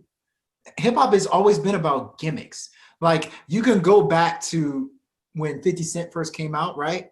50 Cent did not really start to blow up until he dropped How to Rob. Remember, he starts name calling just random people he don't even have beef with. And then when he finally got on, there was this huge wave of like 2000 from 2003 to like 2006 where it was just cool to like beef with people, where if you just dropped a diss record, like people would pay attention to you. And then you start getting random people dissing random people for absolutely no reason. That to me, I would classify as a gimmick in hip hop. You move forward, then other gimmicks started to come about where people were building hype by dressing a certain way. People were building hype by saying certain things, like Lil B. Remember Lil B dropped an album called I'm Gay? Like, what was the point of that? It was gimmicks. Hip hop has been gimmick based for a very, very long time. And the most recent one, right? Tekashi 6ix9ine. Tekashi 6ix9ine was one of the biggest gimmicks I've ever seen. Colored hair, dude, picking beats with people. But the problem with hip hop is hip hop rewards gimmicks. Hip hop rewards antics. Tekashi 6ix9ine's probably a multi-millionaire because of his gimmicks. 50 Cent is a multi-millionaire for some of the things that he did. He's also a good rapper, but I think it was 50 Cent's, like, just his whole persona, just his whole ability to diss people that took him a notch above. Antics and gimmicks in hip hop work. They work. And if I'm an artist that wants to blow up, if I'm an artist that wants money, I'm thinking twice. Do I think of a gimmick that I can have that would get people to look at me, or do I want to perfect my craft? Because a lot of people blew up quick because of gimmicks, but how does this pertain to Playboi Carti? Playboi Carti, I think, is a part of this whole gimmick of when is my album gonna release? I'm starting to think like behind the scenes, these smart marketers, these smart execs are like, yo, Playboy Cardi, like, we're noticing you are building hype by dangling your album out there. You are building social media followers by pretty much saying that whole lot of red's coming and it ain't coming. Same thing, J. Cole is doing it. J. Cole said he was going to drop the fall off before the end of the year. Like, where is it? Is that the new gimmick in hip hop? To tell people you're going to drop an album and it don't ever come out? We sit there just waiting for it. Young Thug most recently did it. I mean, Young Thug said, I'm going to drop, what was it, Slime Season? On Black Friday.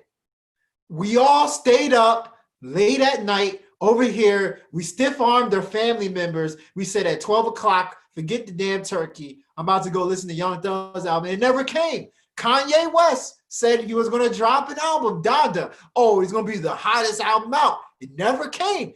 Is this the new gimmick in hip-hop to tell people you're going to drop an album and it never comes out? I think you're onto something. I think you're onto something. It's possible. You know, we'll never know because the smart people behind the scenes won't tell you because it would show their hand, right? It would literally be the opposite of what you saying they're trying to do. But if we're looking at it, that's a great point. Kanye never dropped Donda. We remember he never dropped Donda. It never came out and everybody stopped talking about it. Now it's like, we just forgot about Donda. But better believe it, when Kanye is back in music mode, when he's trying to sell something, he gonna start talking about, yo, Donda is on the way, Donda in 2 weeks, and it will not come out. I don't know if Whole Lotta Red is even coming, period. However, I will agree, you might be onto something. It might be the new wave. Because think about it like this. It does a couple things. It's obvious. It builds hype. It builds anticipation. How else in a climate like 2020, how trash 2020 has been, how else are people able to generate some hype behind music? People can't tour. Is the creativity levels, the things people used to do before is off. They're not doing it as much. I think actually this is genius. It's genius. I mean, however, if you're somebody who is a true musician like J. Cole, and I would throw Kanye West in there, of course, he's a musician. Kendrick. Although we never really got a confirmed date from Kendrick, so that's a little different. That's a little different. The theme of artists telling people they're gonna come with something. Hold on. That's a little different. Kendrick's a little different. He never really gave us a date. He never said there's something definitively coming. This is all speculation.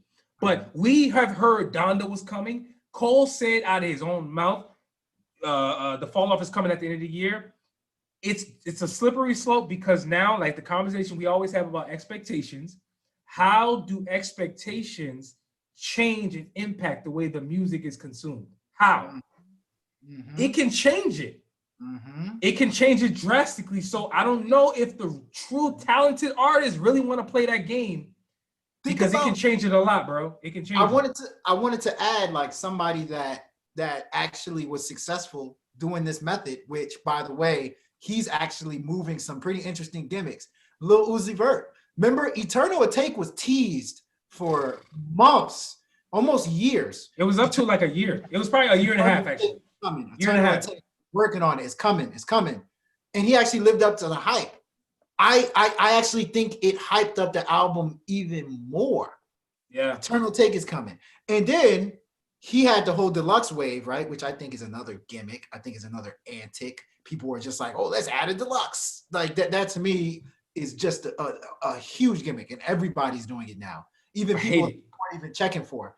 Like, I hate it. And we talked about that on the show too. Why would I want 8 more tracks from Lil Keed? You know, Lil Key. I like Lil Key, but like I don't want any more Lil Key tracks. Wait, you like Lil Key? You like Lil Key as a person or an artist? Which one? He's cool, like he's tight, but I mean, like I don't. And this is not a knock on Lil Key. I just don't. I'm good with the 15. I don't want 27 Lil Key tracks. But I will never. I'm saying it on the podcast right now. I will never listen to 27 Lil Key records in a row. You better believe if I do it, I'm gonna take hella breaks. I'm taking breaks. but yeah, I mean that's my another album. Remember, this is the one that did it. This is the very first one, Detox. Detox still hasn't come out. Detox was so hyped that rappers were using it as a way to brag. People were like, man, remember Lil Wayne was like, me and Drake wrote on Detox. Ooh, people are going to clubs telling women that, man, you know I was on Detox, right? I'm saying like, you should come home with me, man. I wrote on Detox. Like, to me, it's pay attention. Stay woke. Yo, that's a see. You starting to be more ill-advised with your conspiracy takes. You're starting to see. This is why this show works. I need more conspiracy theories from you, man. That's a good one. That's a good one right there. That's a good one. Use your brain. Use your brain. It woke. Yeah, well, I want to know what the people think, man. But yeah, that's an interesting topic. Whole lot of red. We'll see if it actually drops or not. Probably not. Matter of fact, you know what? Over or under? Not over or under, because I'm not a gambler. Wink, wink. What are the chances that you think that album is coming out this year, 2020? We have, 2 weeks left for the most part. What are the chances? Because supposedly, according to DJ Academics, that album is coming on Christmas Day. Supposedly. I mean, you think it'll happen? I was going to say I heard from a very unreliable source that, yeah, I mean, like you said too, it's coming out on Christmas Day. But, it's funny because I just wanted to add, it's like initially I thought his label didn't want to release it, right? But then if you look at Playboi Carti's Twitter, he says stuff like, I have the most loyal fans ever. I have a gift for you. So happy. My album is about to come out, guys. It's about to drop. And he'll put stuff like, oh my gosh. It's a ploy. It's a ploy. We falling for it. But I think it's going to drop before the end of the year. But there's absolutely no reason to believe that. But I'm just guessing that it's going to drop. I could be very wrong. I have a sneaky suspicion it will too. I have a sneaky suspicion. I feel like that Christmas week time slot makes perfect sense. Red Christmas. It's a shot in the dark. I don't even know why I'm saying it's going to drop this year. I will never put money on this. I'm not betting. There's no way I'm putting money up. That's how unsure I am. There's no way. There's no way. Maybe, but not like regular money. Yeah, man. Let's move on though, man. Last topic we have to talk about is, the influx of LGBTQ rappers and artists that are coming out in the recent past, whether it's this year, the last few years, and what that actually means for people, and are people really able to accept that wave of people in that community really in our culture? Because I'll put it very bluntly, one thing that I have noticed is the people that have come out, and historically, and I mean this in the last few years, right? You have your Frank Oceans, right? It was a big controversy when he basically said, I like guys. I can't remember exactly how he rolled that out. I don't know if it was the first time it was in that song Forrest Gump or if he actually said it out of his own mouth. But when we heard that was the case, we had already fallen in love with Frank Ocean's music, right? We were bought into him as an artist. We were bought into his music. Same thing with Tyler, the Creator. And by the way, I'm not saying everybody's a huge Frank Ocean fan. I'm not saying everybody's a huge Tyler, the Creator fan. Matter of fact, everybody we're going to name, I'm not even saying everybody's a huge fan of them. The point is they have enough of a base to have a flourishing career. Tyler, the Creator is another one, right? Flower Boy, he gave people a lot of confusing messages, about his sexuality. He goes on Funk Flex and flirts with Funk Flex and raps about a lot of things that would cause people to really say, yo, is Frank Ocean gay? Like what the hell? Like he sounds gay. Like he now that I look back, like it caused people to be like, now that I look back on Flower Boy, he said a lot of suspect things. Oh, maybe he is gay. It causes the stare in the conversation. I noticed that, but again, with him, out of that same Odd Future camp from back in the day, another guy who people were already bought in on, Tyler, the Creator, as an artist. He already had enough of a following before he started even dabbling and throwing that out there that he could potentially be gay. Same thing with Lil Nas X.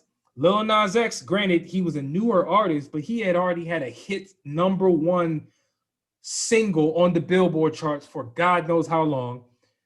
And people already bought into him. So they were able to, I feel, and this is my personal opinion, I feel like people were able to more easily digest them coming out and really giving their own truth at the platform and on the platforms that they have to really say, this is who I am.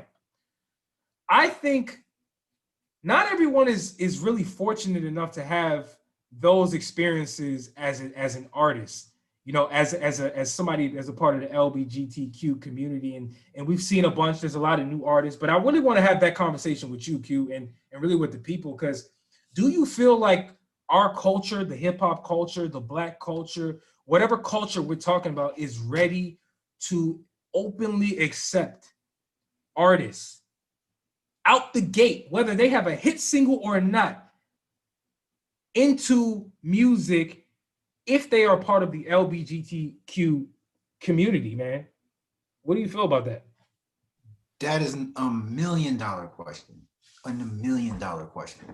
Which, somebody that we kind of forgot on the list somewhat is Kehlani.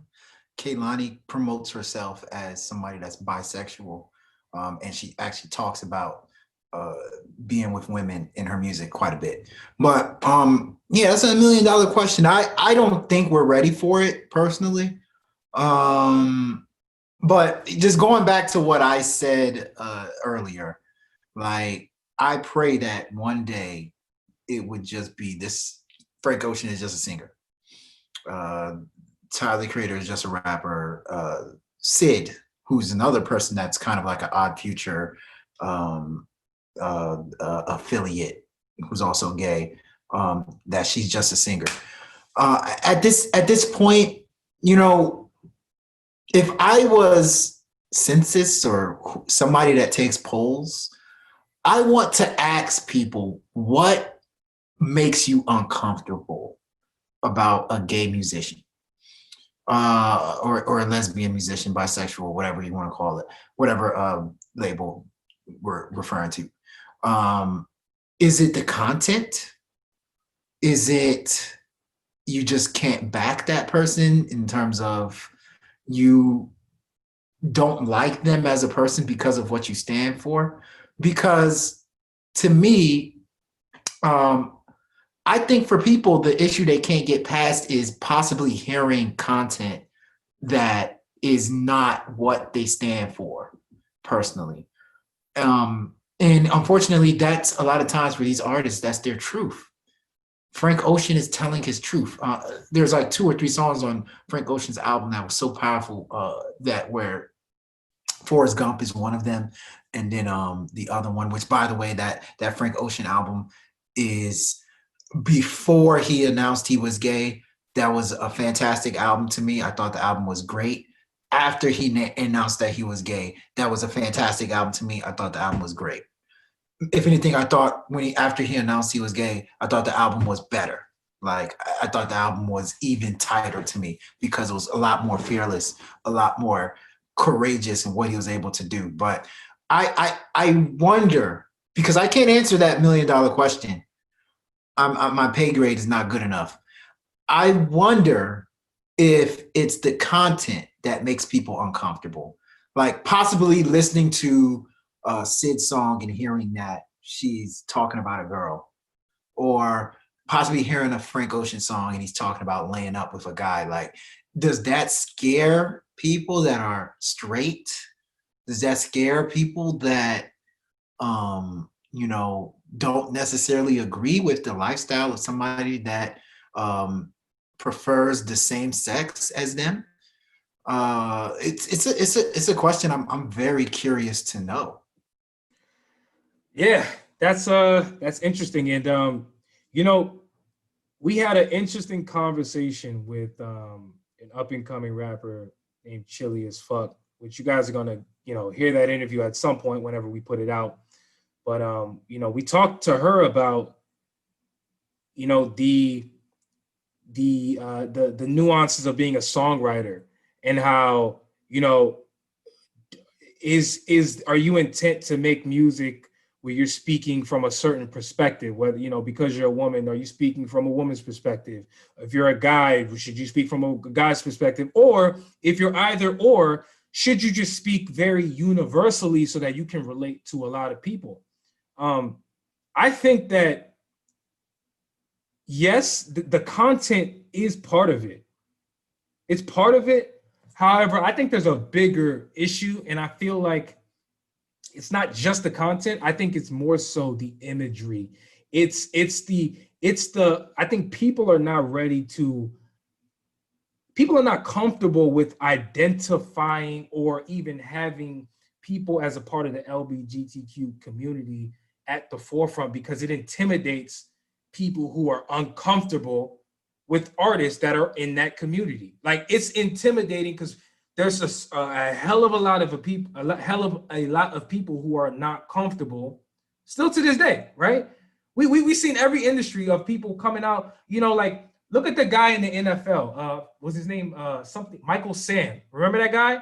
Remember Michael Sam, who got drafted in the NFL, who was originally supposed to be a second or third round pick. He came out as gay before the draft. He got drafted in the 7th round, right? And then he played in the NFL for maybe a year. There is no doubt to me that there is an agenda to marginalize and to not allow that community to be a part of the conversation, right? And it's unfortunate. It's unfortunate because, again, we bring up people like Tyler, the Creator, bringing up people like Frank Ocean. And it's to me, like you said, if we're judging the music, which to me should be at the forefront of the conversation, there's no reason for you or anybody else who has a problem with somebody who is part of the LGBTQ community to tell me that the music is any less quality than what the hell I'm hearing. You feel me? Yeah, you're 100% right. I want to talk about something. It was actually me and my wife, we talked about it a couple of days ago. It actually makes me laugh. It's actually kind of funny if you think about it. She was like, because she's an epidemiologist, and she was talking about how surveys and things like that are very important. And, in surveys, they ask you what your color you are, your height, whatever. Why is it that we are so infatuated in America with finding out if somebody's gay? Like, you don't go up to somebody and say, "Oh, I'm a straight man." Do you go up to a woman and say, "I'm a straight man"? Like, do we have to fill out straight when we fill out paperwork? Like, why? What does gay mean, right? Or gay means you like the opposite sex. Is that what all life is about? Is life only about what type of person you like? There's so much more about life. Like, at the end of the day, an NFL player, we don't care what you decide to do outside of the NFL. Like, why does whoever you decide to like, what does that have to do with the music, your talent? What does that have to do with you as an artist, as a sports person? It's so funny. It's like, it's almost like all these people that are homophobic assume that once you find out somebody's gay, they're going to make a move on you. Like as if they're super horny people that every single second they just looking at you weird, or they're attracted to you every single second. Like that's life. Like 99% of the time, I'm thinking about what I want to do to somebody. That's not life. Like if anything, somebody shouldn't, and I feel for gay people, somebody shouldn't have to tell people they're gay all the time. Somebody shouldn't have to always tell somebody they're gay. Why do I have to know who you go after? I'll take it a step further. When you say they shouldn't have to always, they should never have to disclose their sexual preference. It doesn't matter. Like it should not. That again, but see, if you think about it, that's going to the bigger point of there is this notion that you are lesser than. I don't agree with that, because to me, it has nothing to do with anything, right? We talk about music right on this show all the time. I give you another example. You don't watch the show, but Power, right? Power is back on. They got Power Book 2, the story of Ghost. And there's a character in there who looks just like Zion Williamson, by the way. Y'all know, if you watch Power, y'all know exactly what I'm talking about. He's dating, on the low, he's dating one of Mary J. Blige's sons, who is also secretly gay. So they got this secret relationship going on that only the family knows about. But the dude that looks like Zion, who plays on the basketball team, no one knows that he's gay. And the dude, his lover, is basically getting on him, telling him, yo, why don't you just let everybody know you're gay? And the dude is like, no, because my NBA hopes would be destroyed. Like, I'm trying to get to the NBA, and if I let this shit out now, my career, my aspirations are completely shattered. And that's a fucked up place to be in, man. That's a fucked up situation and dilemma that we have to put people in just because their sexual orientation. So tying this back to the music, it sucks that people a part of that community have to even have that at their mind. Like, damn, you know, like if I let people know this, it might fuck up my career trajectory, you know. So let me hold that in. Let me not walk around proudly with the person that I really want to be with. It sucks that we've done that, but I don't know what we can change. It just takes people more open-minded. You know, it takes people like Pete Buttigieg, the guy who ran for president, right? It takes more people like him to really have the courage to come out here and let people know, yo, like, you can run for president if you're gay. Who gives a fuck, right? And to me, I would have no fucking problem with it, because once again, and I'll keep saying this till the cows come home. I don't know who even came up with that damn phrasing, but whatever. Everybody know what the hell that means. Your sexual preference should not dictate the artistry that you are putting out. It, in fact, has nothing to do with it except tell your story, which does not dictate your singing ability. It doesn't dictate the way you're able to rap. It doesn't dictate your production skills. Like, what if we found out that one of your favorite producers was gay? Does that change the feeling that the song gave you when it came on? It shouldn't, right? Well, for some ignorant people, it will. And that's the problem with people. They tie these things that have nothing to do with creativity to sexual preference, and they're just completely unrelated, man. And it's unfortunate. It really is. It's weird because it's super weird. You know, we're so quick to embrace music like, you know, that talk about guns, but then we're like, I don't got guns. I don't own guns. I don't shoot people. We're quick to embrace music about drugs.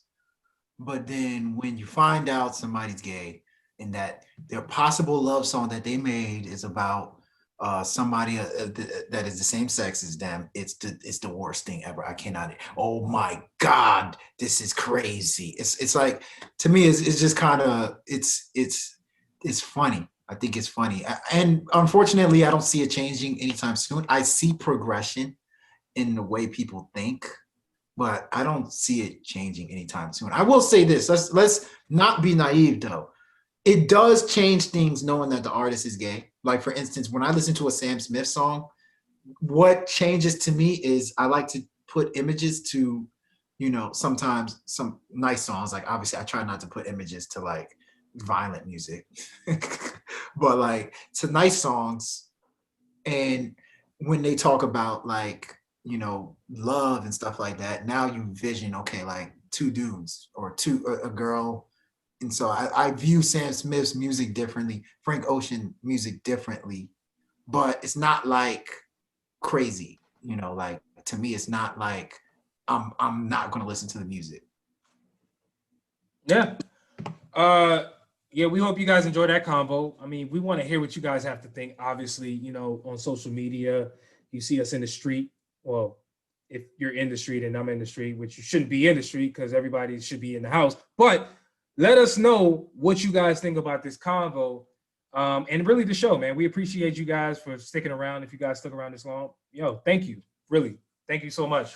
Check us out. We on Twitter, QDZ Fashizi, I believe. Is that my Twitter? You know what? I'm gonna figure out my Twitter name right now. Let me actually figure this out. Bro, your Twitter. Stop lying to the people. I be forgetting. I'm tired of you acting like you don't know your Twitter. At QDZ Fashizi, check me out on there. I know I have a struggling amount of followers. It does not. I want people to know this. It doesn't embody how good we're doing. Don't pay attention to the followers on Twitter. I'm weird on social media, but Twitter, ratings game, music, great site, very very good site. IG, check us out on all the platforms, the streaming platforms. Let's go, let's get it. Yeah. Ill-Advised Wise Guys podcast streaming in a earphone or TV near you. As always, if you're giving advice, make sure it is ill. Hey, look, I'm swimming.